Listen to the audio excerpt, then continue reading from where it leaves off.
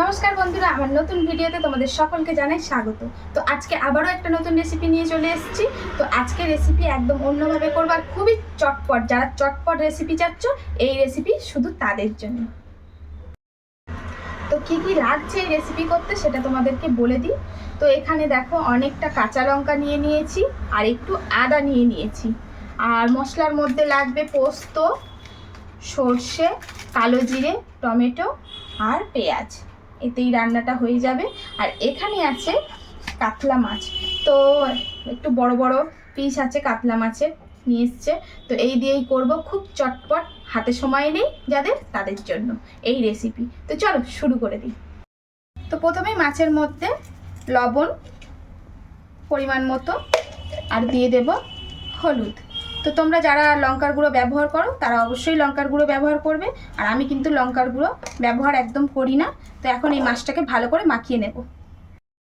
তো এদিকে মাছটাও মাখিয়ে নিয়েছি আর এখন কড়াটা বসিয়ে দিয়েছি। কড়াটা হয়ে গেছে গরম। তো এখন এর মধ্যে আমি দিয়ে দিচ্ছি সরিষার তেল।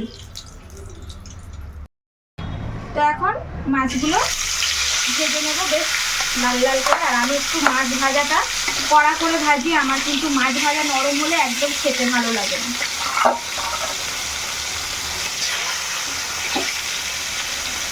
তো এদিকে মাছটা আমি ভেজে নিচ্ছি আর এখন হচ্ছে আমি মশলাটা এদিকে বেটেও নেব। মাছ ভাজতে ভাজতে মশলাটাও বাটা হয়ে যাবে। আর কী কী মশলা আছে তোমাদেরকে একবার বলে দিই।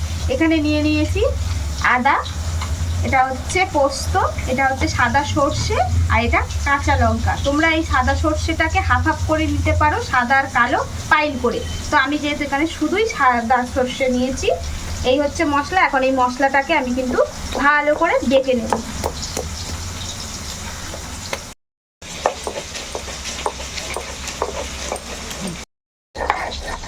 তো এই তো বন্ধুরা, আমার একদম মশলা বাটা কিন্তু কমপ্লিট। আর এদিকে কিন্তু মাছ ভাজাটাও একদম ডান। তো এখন মাছ ভাজাটা তুলে নেব।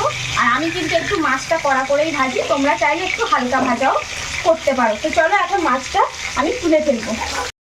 তো মাছ ভাজাটা তুলে নিয়েছি। এখন কড়ার মধ্যে যা তেল আছে এই তেলেই করে নেব। তো এখন দিয়ে দিচ্ছি এর মধ্যে কালো জিরে, দিয়ে দেবো কুচনো পেঁয়াজ। তো এখন এই পেঁয়াজটা একটু ভেজে নেব। তো এখন দিয়ে দেবো কুচিয়ে রাখা টমেটোটা। টমেটোটা দেওয়ার সঙ্গে সঙ্গেই কিন্তু আমি এর মধ্যে একটু লবণ অ্যাড করব। লবণটা অ্যাড করলে কি বলুন তো, এই যে টমেটোটা কিন্তু একদম চট করে গলে যাবে। তো লবণটা দেওয়ার পরে এখন কিন্তু এই টমেটোটা একটু ভেজে নেব। টমেটোটা একটু নরম হয়ে এসছে। এখন এর মধ্যে দিয়ে দেব হলুদ। তো হলুদটা দিয়ে এটাকে আবার একটু নাড়িয়ে চাড়িয়ে নেব। দেবো এই যে মশলাটা বাটাটা যেটা, এটা দিয়ে দেবো। দেওয়ার পরে এটাকে একটু কষিয়ে নেব। তো এই তো মশলাটা বেশ ভালো সুন্দর করে কষিয়ে নিয়েছি আর মশলা থেকে কিন্তু তেলটাও ছেড়ে গেছে। এখন এই পর্যায়ে কিন্তু আমি দিয়ে দেব জল। আর তোমরা কে কেমন গ্রেভি চাইছো সেই অনুপাতে কিন্তু জলটা দিয়ে দেবে। তো এই যে এখন জলটা দিয়ে দিলাম। আর আমি কিন্তু এখানে কাঁচা লঙ্কা ব্যবহার করেছি বলে বাটা, তাই আর গুঁড়ো লঙ্কা দিইনি। যদি তোমরা আরেকটু ঝাল পছন্দ করো সেক্ষেত্রে একটু গুঁড়ো লঙ্কা দিতেও পারো। তো এখন হচ্ছে এটা একটু ফোটার জন্য অপেক্ষা করব। এই তো এটা একদম ফুটে গেছে। এখন কিন্তু এর মধ্যে আমি এই মাছটা কিন্তু ছেড়ে দেব।